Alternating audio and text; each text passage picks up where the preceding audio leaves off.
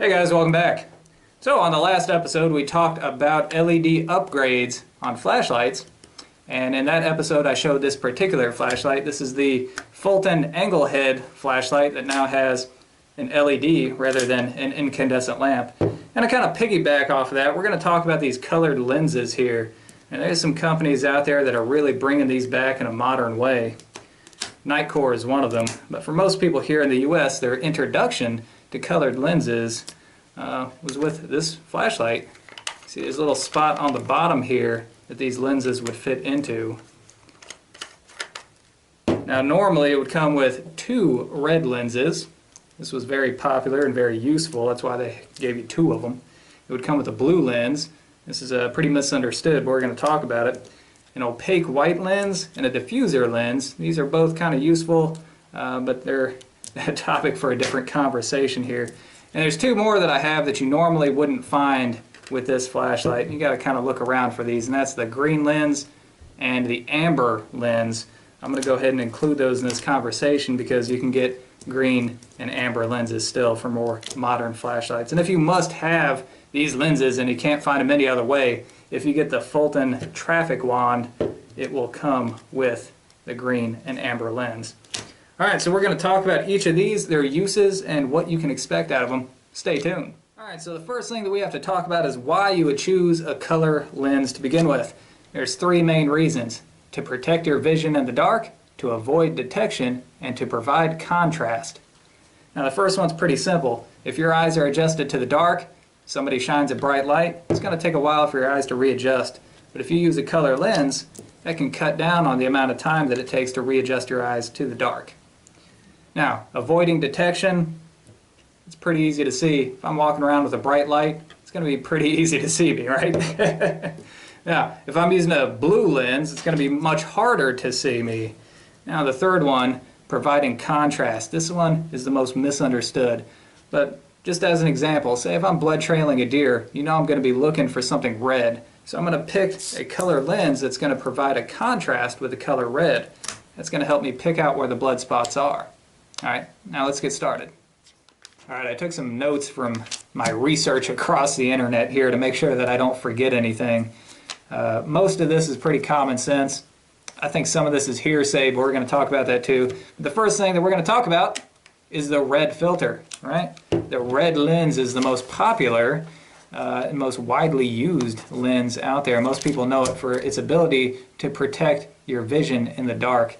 I'm trying really hard not to say night vision because people conjure up images of night vision equipment. It's not what I'm talking about. I'm talking about your natural ability to see in the dark. Now that is assuming that the light intensity isn't too great. If you have something like this that's about 30 lumens, you're going to be alright. If somebody shines a spotlight in your eyes, it really doesn't matter what the color is. It's still going to hurt your eyes. It's going to take a while for your eyes to readjust to the dark. Now, probably the most important consideration when using a red light is going to be, are you going to have to navigate with this thing? Because the red filter really sucks for using navigation equipment. As you see on my compass here, most of the markings on there are red. You're not going to have any contrast at all using a red lens, so that kind of stinks. Also, whenever you're reading a map, you have very little color differentiation when using red. So, if you're in the military, most military maps, in fact all military maps, are supposed to be red light readable now, but the chances of you or I, as a civilian, coming across a red light readable map is probably slim and none. Alright, the last thing that we want to talk about is people will bring up that animals have a difficult time seeing red. And that is true, but even though they can't see the color, they can still see the light if it is intense enough. For example, if you have a laser pointer, your cat's going to chase that around. My dogs do. And it doesn't matter if it's a red or green laser pointer. I have both, and they'll chase both of them just the same. And people, hunters, who use lights at night almost exclusively use either red or green.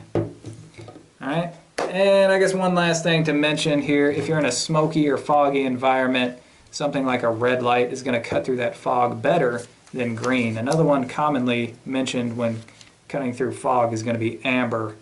That's why your fog lights on your truck are amber colored. Alright, next up, we're going to talk about green. Alright, the next one that we're going to talk about is green. Okay, green is the new hot ticket item. Now the reason for that is because it'll do everything that red will do, only better. Well, for the most part. Now the main thing to keep in mind with the green lens is that your eye is more sensitive to the color green than it is to red. So even though you have the same light intensity, you're going to have better visual acuity when using a green light. Now that means you're just going to be able to see better, and also green provides you with better color differentiation. Now red normally shows up as black whenever you're using a green light, so if you have something like red markings on your compass or red marks on your map, you're going to be able to see that a lot better. It's just going to show up as black. And also for other colors, you'll have better distinction between the colors. Even if you don't see them as they actually are, it is easier to use than red. Now there's a lot of hearsay when it comes to this too. Some people say you can't see the beam of light from the side if you're using a green light. You can only see it from the front. I have no idea what they're talking about. Now if you're in a foggy environment or something like this, well, the green is going to cut through the fog a little bit better than a white light. But you're still going to be able to see the beam, right? Because it's reflecting off of the fog or the smoke or whatever you have around you. If there is nothing for the light to reflect back on, then you won't see the beam of light. You'll just see what it's illuminating, and that goes for any color or white, anything. So I don't know what they're getting at with that one. Some people say that it works good with night vision, this kind of night vision, and navigation equipment. I'll say, well, yes, it works better than red. But there's still one that works better than that, and that's blue. And we're going to get to that later. But overall, green is a great choice. Like I said, you'll have better visual acuity. Even though it's the same light intensity, you're going to perceive that this is brighter, even though it's actually not. All right, so moving along, next up we're going to talk about amber. All right, so the amber lens. There's one really big reason why you would use amber, and that's because it cuts down on the amount of bugs that are attracted to your light. You might notice some people with lanterns will get an amber globe for it. Some people have amber porch lights for the same reason. You don't want to have a bunch of moths and other bugs flying around your back door. But you have very good visual acuity with amber, almost as good as you do with the white lens, and it will help to preserve your vision in the dark somewhat, although not as good as the other lenses. All right, moving on to blue, my favorite.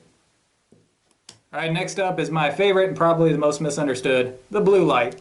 Now the main thing to keep in mind with the blue light, it is probably the best to avoid detection. It's very difficult to see at any distance, and it blends in with a lot of the ambient colors that you're going to have in the outdoors at night, like moonlight. Now also because of that, it's going to be difficult for you to see too. If you're using this to find your way through the woods, you're not going to perceive that beam of light going out very far at all. Now if you're using night vision equipment, some people say they use a blue lens with night vision equipment, like this kind of night vision, not your natural night vision, and I don't know what they're talking about because night vision equipment doesn't see color. It only sees light intensity. So if you look through this with a blue lens on here, it looks exactly the same as it does with a green or a red lens. It doesn't see color, it just sees the light itself. But if you're talking about navigation devices, something like maps, you have very good differentiation between color. Compasses, the same thing. Very easy to navigate. The only thing you may miss on a map is going to be a waterway, and even then only if it's a similar shade of blue as your lens. All right. So the big question here is, does a blue lens make the color red pop and contrast or not? That's kind of a big deal because in a tactical sense, you want to know if your medic can use a blue light to actually find where you're wounded and help you out. And if you're a hunter, you want to be able to blood trail deer. The best answer I've come up with is yes and no. And I've come up with this through some trial and error, and I'm going to show you exactly what I found. Alright guys, I tried to find a blood trail for us, but they're a little scarce this time of the year. So what I have here is some corn syrup and red food coloring. This is going to be our approximation of blood. Okay, this is kind of what somebody would do for a Halloween decoration. It's not very good, but it's going to work. So we're going to start out with our flashlight with the blue lens on here and an LED installed and see if this blood shows up very good.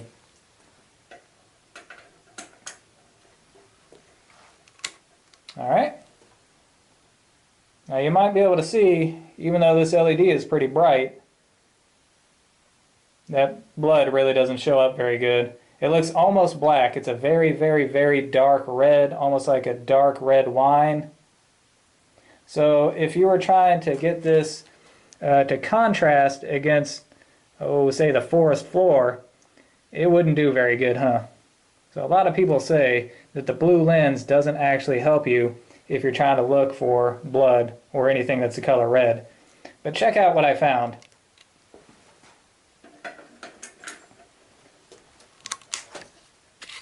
We're going to take the LED out of here.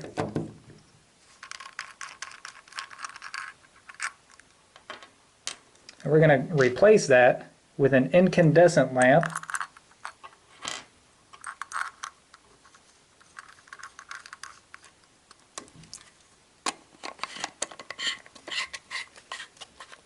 Now let's see what we get.